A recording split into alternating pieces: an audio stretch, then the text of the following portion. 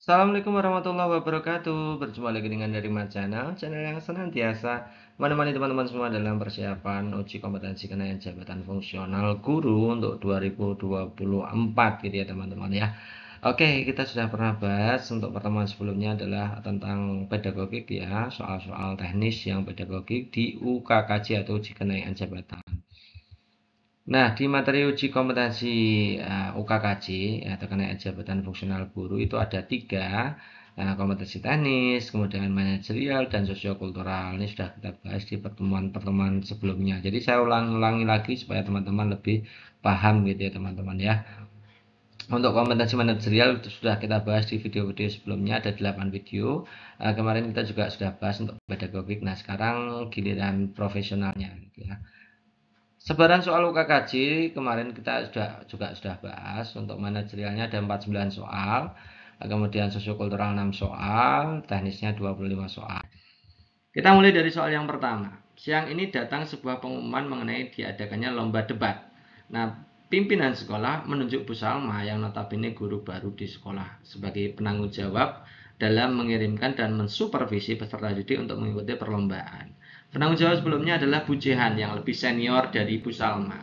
Sebagai guru yang minim pengalaman, Bu Salma merasa kurang percaya diri dalam menghadapi situasi ini. Bu Jehan bagaimana? Nah, ini sama ya seperti indikator kita ya. Jadi kalau ada rekan sejawat kita yang memang membutuhkan bantuan, gitu ya, memang membutuhkan bantuan dalam berkembang atau belajar, kita harus membantu. Nah, kita cari pilihan ganda yang seperti itu pada opsinya gitu ya. Kita lihat opsi A. Mengikuti arahan pimpinan, sebab keputusan tersebut pasti sudah dipertimbangkan dan menjadi dasar yang kuat serta yang terbaik untuk sekolah. Ini kurang ya berarti ya. Tidak ada upaya membantu secara langsung, hanya mensetujui saja gitu ya. Jadi kita silang aja.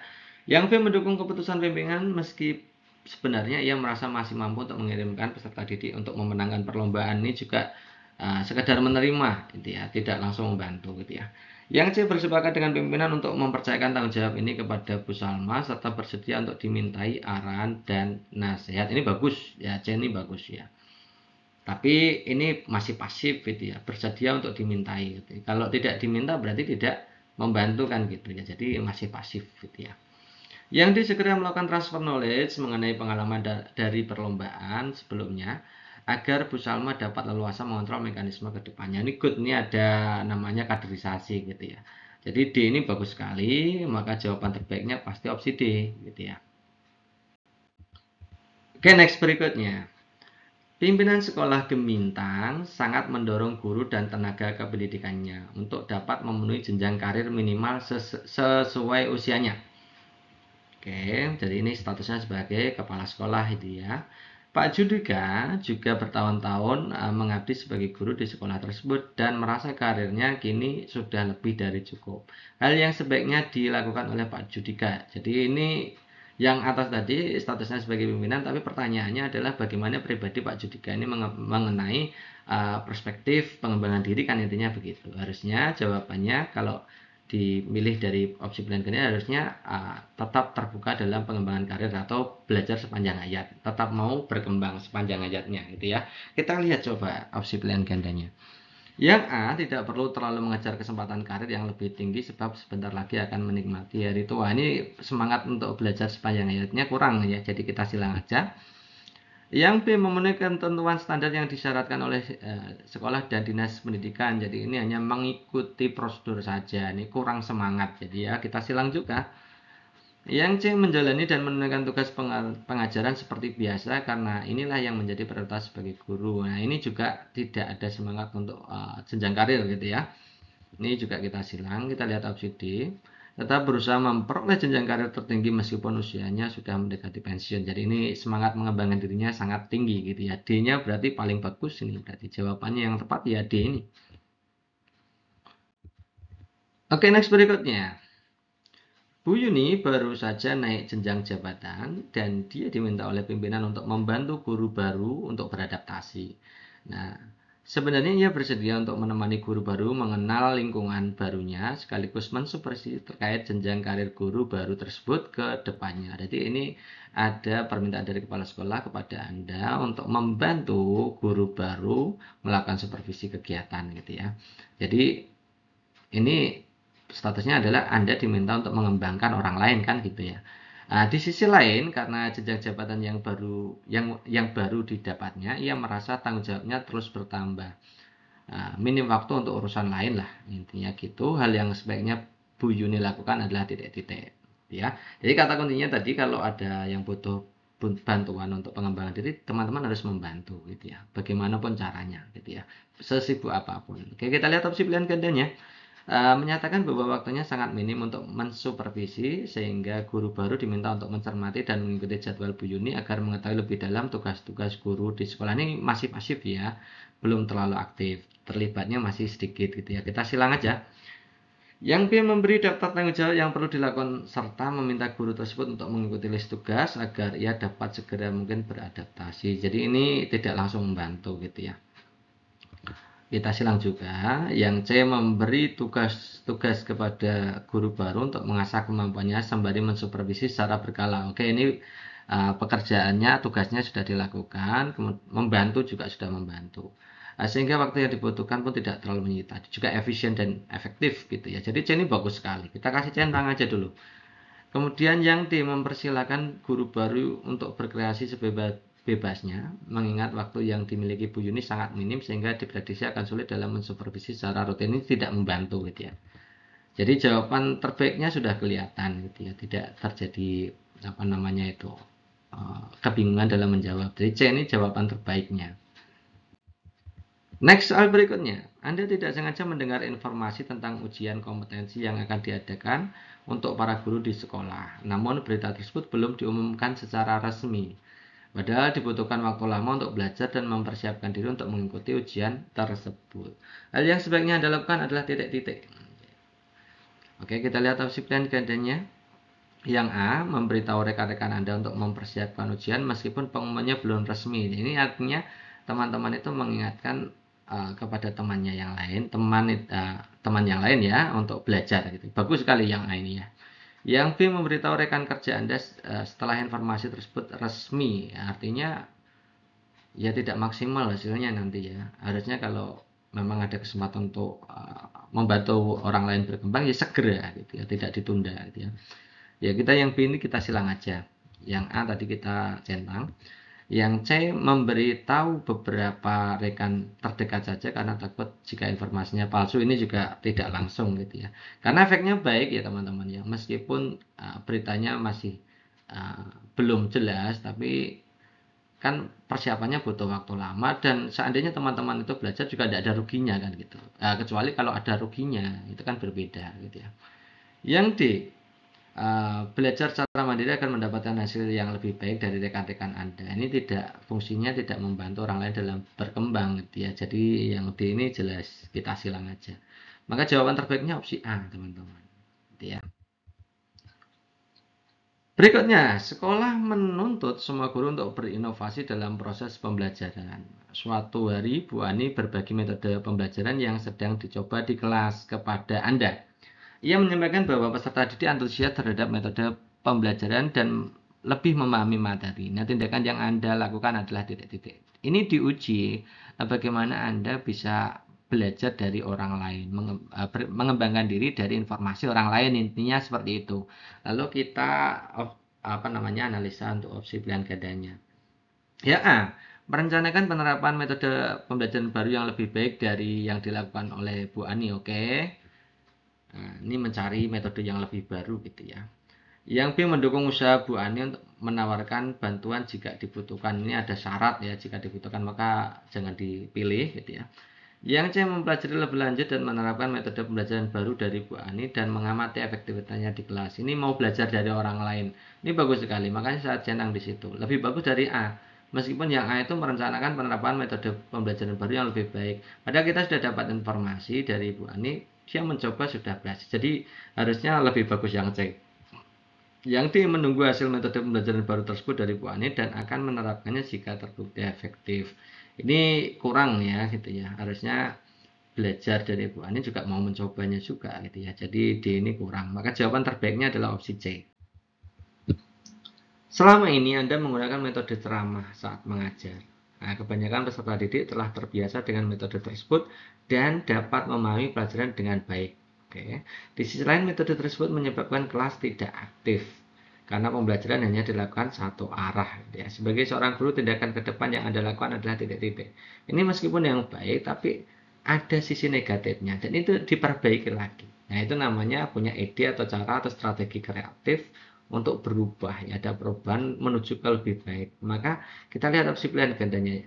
Sikap mengelola perubahan yang terbaik yang mana? Kita lihat ya opsi A ya. Menggunakan metode ceramah dengan menambah sesi tanya jawab agar terjadi komunikasi dua arah. Jadi memodifikasi. Ya, oke, kita simpan dulu gitu ya. Kemudian yang B, menggunakan metode lain agar pembelajaran dua arah dan penjelasannya lebih mudah dipahami. Ini lebih progresif lagi ya. Idenya lebih bagus gitu ya.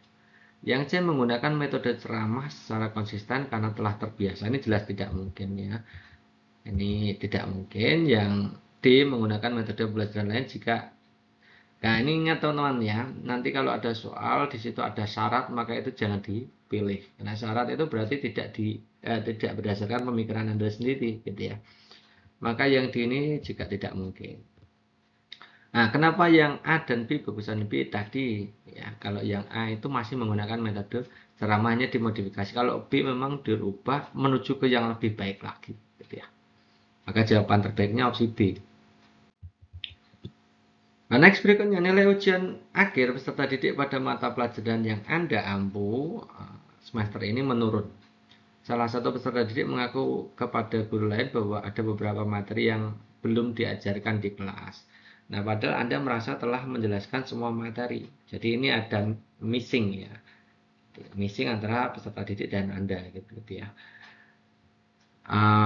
Tindakan yang Anda lakukan adalah titik-titik. Jadi intinya ini kalau kita garis bawahi, nilai hasil belajarnya turun. Ada salah satu siswa yang mengeluhkan bahwa ada materi yang tidak Anda ajarkan. Padahal Anda sudah merasa mengajarkan. Gitu ya.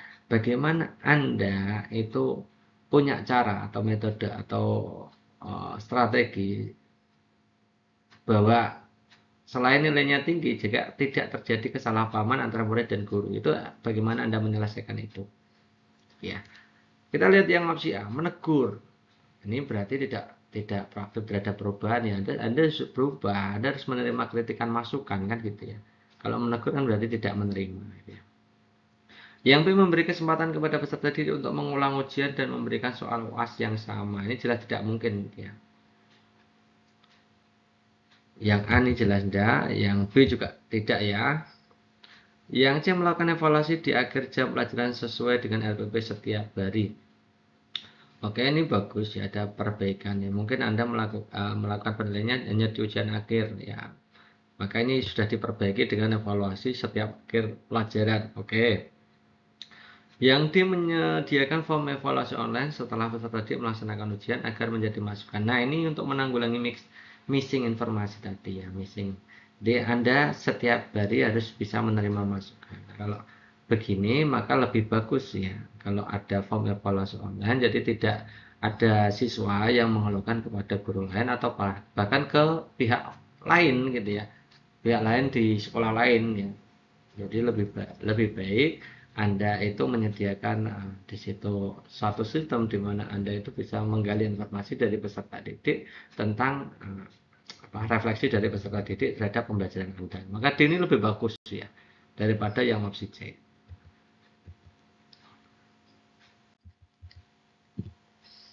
Perkembangan teknologi yang sangat cepat berdampak pada proses pembelajaran di sekolah. Beberapa aplikasi dalam pembelajaran telah mulai digunakan untuk mempermudah proses pembelajaran.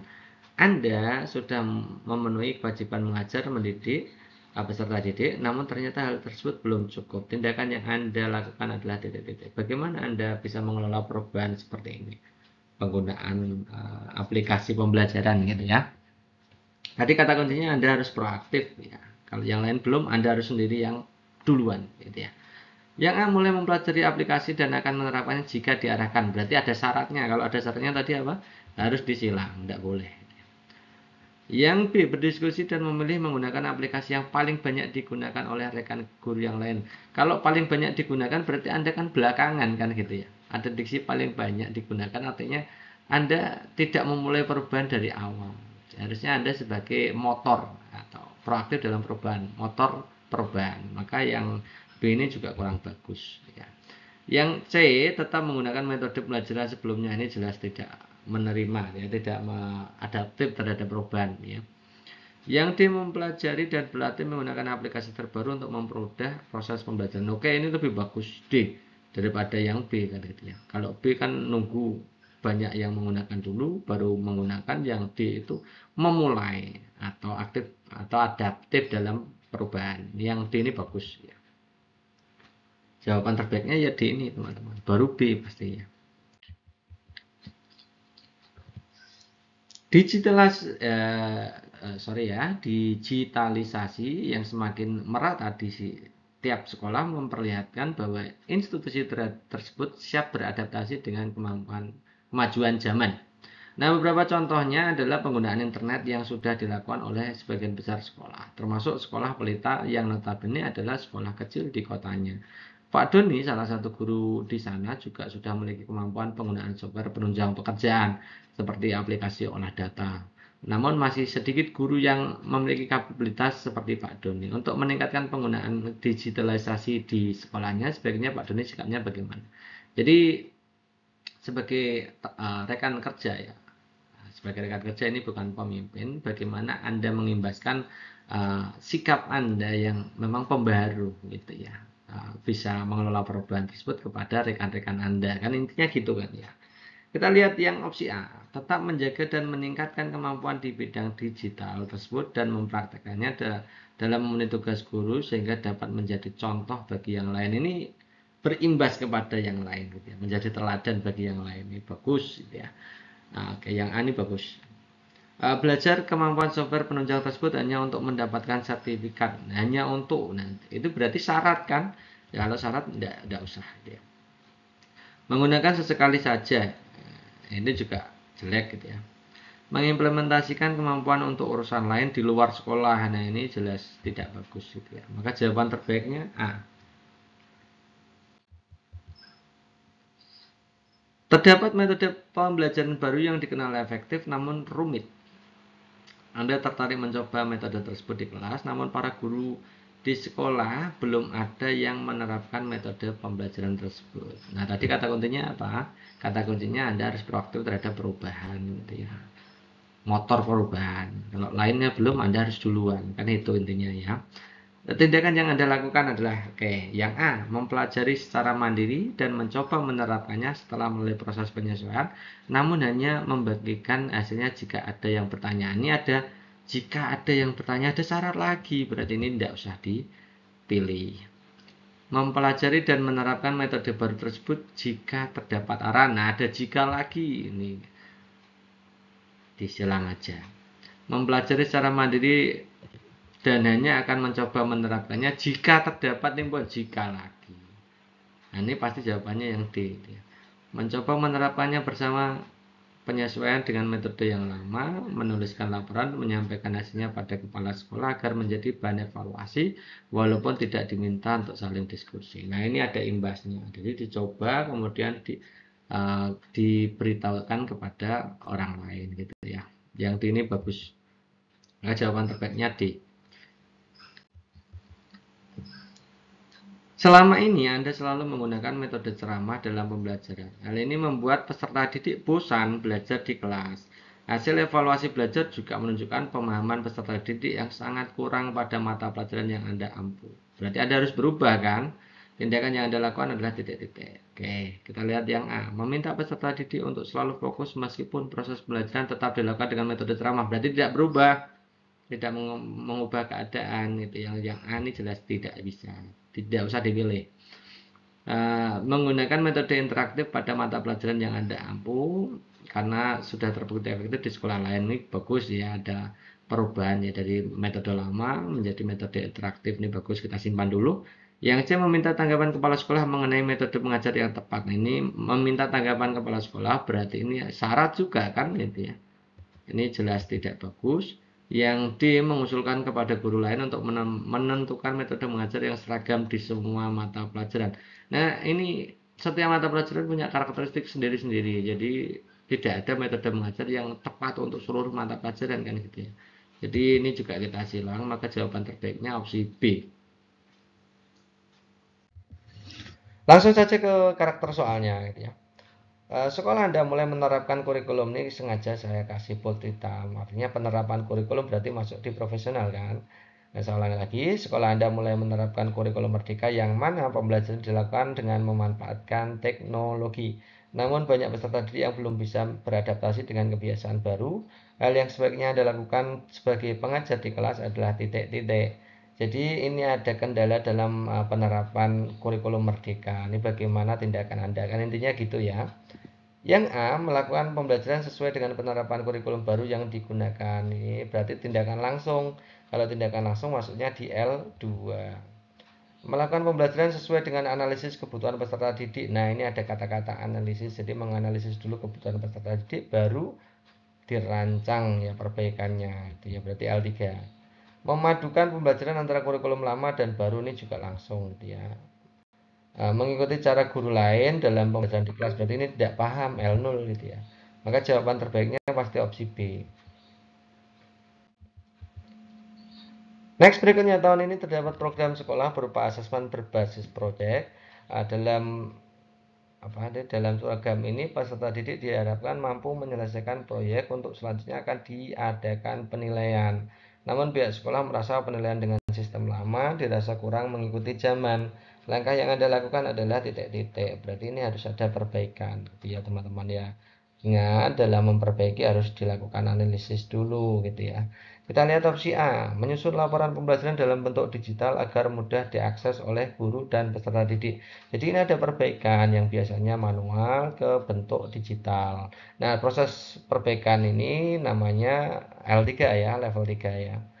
Meminta bantuan kepada guru lain untuk melaksanakan penilaian. Nah, nih pasti L0 ya. Tetap menggunakan metode lama dalam menyusun laporan pembelajaran ini berarti L2 nih melakukan ya.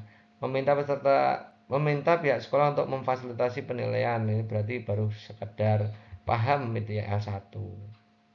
Maka jawaban terbaiknya opsi A. Next berikutnya, sebagai guru mata pelajaran Anda diharapkan mampu memberi materi yang dapat mudah dipahami oleh siswa. Nah, di sekolah Anda dinilai sangat kompeten dalam mengajar. Namun tahun ini mata pelajaran yang Anda ampu mengalami kemerosotan, terlihat banyak peserta didik yang memiliki nilai rendah gitu ya. Langkah yang Anda lakukan adalah titik-titik. Jadi ini hubungannya dengan pemberian materi gitu ya. Pemberian materi dengan hasil kok tidak sama gitu ya. Ini berarti masuk profesional kan. Yang A, meminta peserta didik yang memiliki nilai tinggi untuk membantu temannya yang masih memiliki nilai rendah. Berarti ini tindakan secara langsung. Maka jawab ini L2 gitu ya. Mengusulkan jam tambahan ini juga L2. Mengevaluasi pokok bahasan. Jadi ini kalau mengevaluasi berarti masuknya di L3. Menganggap hal tersebut bukan suatu masalah karena Anda sudah. Nah, ini berarti kan pemakluman. Berarti menganggap hal tersebut bukan suatu masalah karena Anda sudah mengajar sesuai prosedur dan tidak paham ya. Ini berarti pembiaran jadi ya, L0 ya. Maka jawaban terbaiknya opsi C.